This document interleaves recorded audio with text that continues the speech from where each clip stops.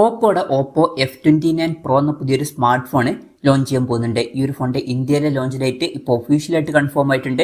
പിന്നെ ഫീച്ചേഴ്സിനെ പറ്റിയിട്ടുള്ള പല കാര്യങ്ങളും അറിയാൻ കഴിഞ്ഞിട്ടുണ്ട്. അതുപോലെ തന്നെ വിലയെ പറ്റിയിട്ടുള്ള ചില ന്യൂസുകളും ഇപ്പം പുറത്ത് വന്നിട്ടുണ്ട്. എന്തായാലും ഈ ഒരു വീഡിയോയിൽ നമ്മൾ നോക്കാൻ പോകുന്നത് ഓപ്പോ F29 Pro എന്നുള്ള സ്മാർട്ട് ഫോണിനെ പറ്റിയിട്ടാണ്.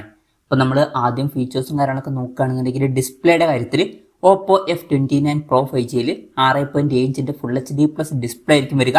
അമോലെഡ് ഡിസ്പ്ലേയും കാര്യങ്ങളൊക്കെ ഇതിൽ വരും. പിന്നെ കോഡ് കർവ്ഡ് ഡിസ്പ്ലേ ആയിരിക്കും ഇതിൽ വരിക. അതായത് 4 ഭാഗത്തും ചെറിയ കർവേച്ചറൊക്കെ വരുന്നതായിരിക്കും. അത് നല്ലൊരു കാര്യമാണ്. പിന്നെ പഞ്ചോൾ ഡിസൈൻ ഇതിൽ വരുന്നതായിരിക്കും. പഞ്ചോൾ വരിക ടോപ്പ് സെൻറ്റർ ഭാഗത്തായിട്ടായിരിക്കും. 120 ഹെർട്സിന്റെ റിഫ്രഷ് റേറ്റ് ഒക്കെ ഇതിൽ സപ്പോർട്ട് ചെയ്യും. അപ്പോൾ അത്യാവശ്യം നല്ല ഡിസ്പ്ലേ ഫീച്ചേഴ്സും കാര്യങ്ങളൊക്കെ ഇതിൽ വരുന്നതായിരിക്കും. പിന്നെ in display finger print sensor ഇതിൽ വരും. ഈ ഒരു ഫോണിൽ IP66, 68 അതുപോലെ തന്നെ 69 റേറ്റിംഗ് ഒക്കെ സപ്പോർട്ട് ചെയ്യുന്നതായിരിക്കും. അപ്പം മികച്ചൊരു IP റേറ്റിംഗും ഇതിൽ വരുന്നതായിരിക്കും. അതും നല്ലൊരു കാര്യം തന്നെയാണ്. പിന്നെ ഈ ഫോണിന്റെ ബ്ലാക്ക്, പേൾ വൈറ്റ് എന്നീ കളർ വേരിയൻസ് ലോഞ്ച് ചെയ്തേക്കാം. ഇനി പ്രോസസ്സറിന്റെ കാര്യത്തിലോട്ട് വരികയാണെന്നുണ്ടെങ്കിൽ MediaTek Dimensity 7300 എന്ന പ്രോസസ്സറുമായിട്ടായിരിക്കും ഈ ഒരു സ്മാർട്ട് ഫോൺ വരിക. ഇത് തിരക്കില്ലാത്ത ഒരു 5G പ്രോസസ്സറാണ്. പക്ഷേ ഈ ഫോണിന്റെ വില 25,000 to 30,000 രൂപ പ്രൈസ് റേഞ്ചിലായിട്ട് വന്നേക്കാം. ആ ഒരു പ്രൈസ് റേഞ്ചിൽ ഇത് അത്ര മികച്ചൊരു പ്രോസസ്സറാണ് എന്ന് പറയാൻ പറ്റില്ല. പൊതുവേ ഓപ്പോയുടെ F സീരീസിൽ ആ ഒരു പ്രൈസ് റേഞ്ചിൽ ബെസ്റ്റ് ആയിട്ടുള്ള പ്രോസസ്സർ നമുക്ക് ലഭിക്കാറില്ല. ഈ ഒരു ഫോണിലും അതുപോലെ ബെസ്റ്റ് ആയിട്ടുള്ള പ്രോസസ്സർ ലഭിച്ചോളണം എന്നില്ല. പിന്നെ 5G സപ്പോർട്ടും കാര്യങ്ങളൊക്കെ ഇതിൽ വരുന്നതായിരിക്കും. LPDDR4Xന്റെ റാമും UFS 3.1 സ്റ്റോറേജ് ടൈപ്പ് ഒക്കെ ഇതിൽ വരും.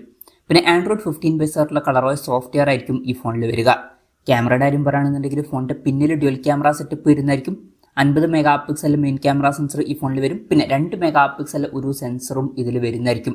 ഫ്രണ്ടിൽ 16 മെഗാ പിക്സൽ സെൽഫി ക്യാമറ വരാനാണ് സാധ്യത. അപ്പോൾ ക്യാമറയിൽ അൾട്രാ വൈഡ് ആംഗിൾ ലെൻസ് ഒന്നും വന്നോളണം എന്നില്ല. അപ്പോൾ അത്ര മികച്ചൊരു ഓൺ പേപ്പർ ക്യാമറ സ്പെസിഫിക്കേഷൻ ഇതിൽ വരാൻ ചാൻസ് ഇല്ല. പിന്നെ ബാറ്ററിയുടെ കാര്യത്തിൽ 6000 mAh ബാറ്ററി വരുന്നതായിരിക്കും. അപ്പോൾ നല്ലൊരു ബാറ്ററി കപ്പാസിറ്റി ഇതിൽ വരും.